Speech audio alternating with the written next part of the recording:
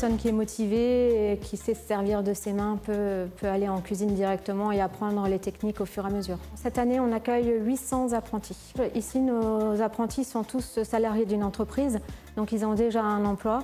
Et les jeunes qui sont en fin de parcours sont déjà souvent recrutés pour la suite ou alors partent à l'étranger pour développer leurs compétences ailleurs. On ne dresse pas tout de suite une belle assiette 4 étoiles.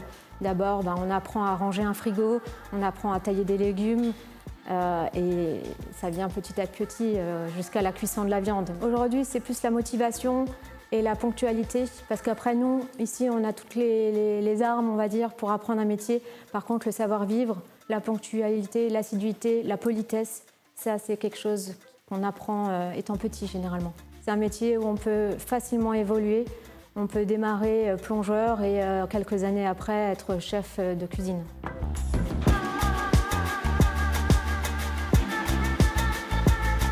L'atelier, c'est un centre de formation qui permet de travailler sur la formation et l'insertion professionnelle des jeunes et des adultes. Alors, on accueille aussi bien des jeunes de 16 à 26 ans que des adultes qui sont en reconversion professionnelle, qui ont eu une autre vie avant. Donc notre formation permet dans un premier temps de travailler sur l'expérimentation des métiers.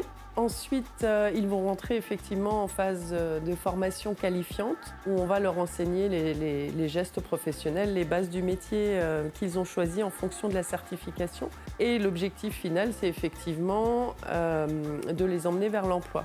Je pense que je change des vies tous les jours. Effectivement, les personnes qui viennent nous voir sont souvent des personnes avec des difficultés diverses et variées. Des personnes qui, à un moment donné, ont voulu faire ce métier, mais à qui on a mis des bâtons dans les roues, ou à qui on a dit non, tu ne feras pas ça, ce métier est dégradant, et qui reviennent vers leur première vocation. Au centre de formation, l'atelier, on a quand même un principe, c'est de donner sa chance à un maximum de personnes.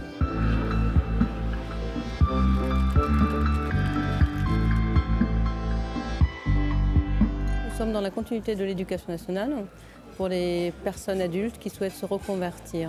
Alors très souvent, nous avons des personnes qui ont un projet professionnel avec un réel projet, création d'entreprise ou alors aller travailler dans la restauration, mais également des gens, et plus précisément depuis la fin du Covid, qui sont en quête de sens. Les gens sont dans une démarche de changement de vie et nous sommes juste le petit fil conducteur qui permet d'y accéder. Quand on propose des stagiaires adultes, c'est de l'orientation choisie. Ce sont des gens qui ont choisi de changer. Ce sont des métiers qui de toute façon sont en tension, tous.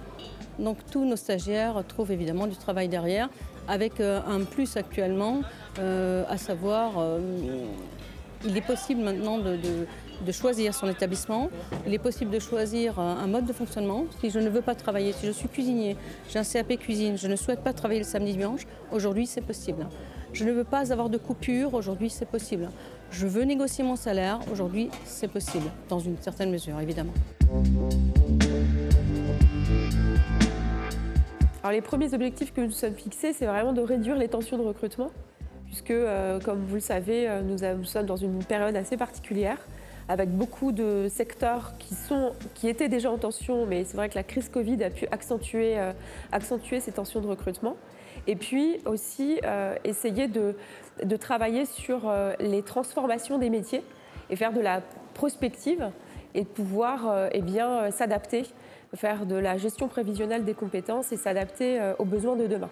Savoir parler aux jeunes, pouvoir leur donner envie d'eux, c'est passer aussi par des professionnels qui ont des parcours intéressants, qu'on va mettre aussi en lumière. Il faut intéresser, il faut aussi donner l'envie de faire et aussi faire comprendre aux jeunes qu'ils peuvent faire. Tout existe. On a plus de 46 000 places de formation qui sont financées tous les ans dans le cadre du programme régional de formation, dans des domaines totalement divers et variés. On a à côté du programme régional de formation toutes ces actions de formation qui sont construites sur mesure dans les territoires. Il y a aussi toute l'offre en apprentissage, on a l'offre en formation initiale.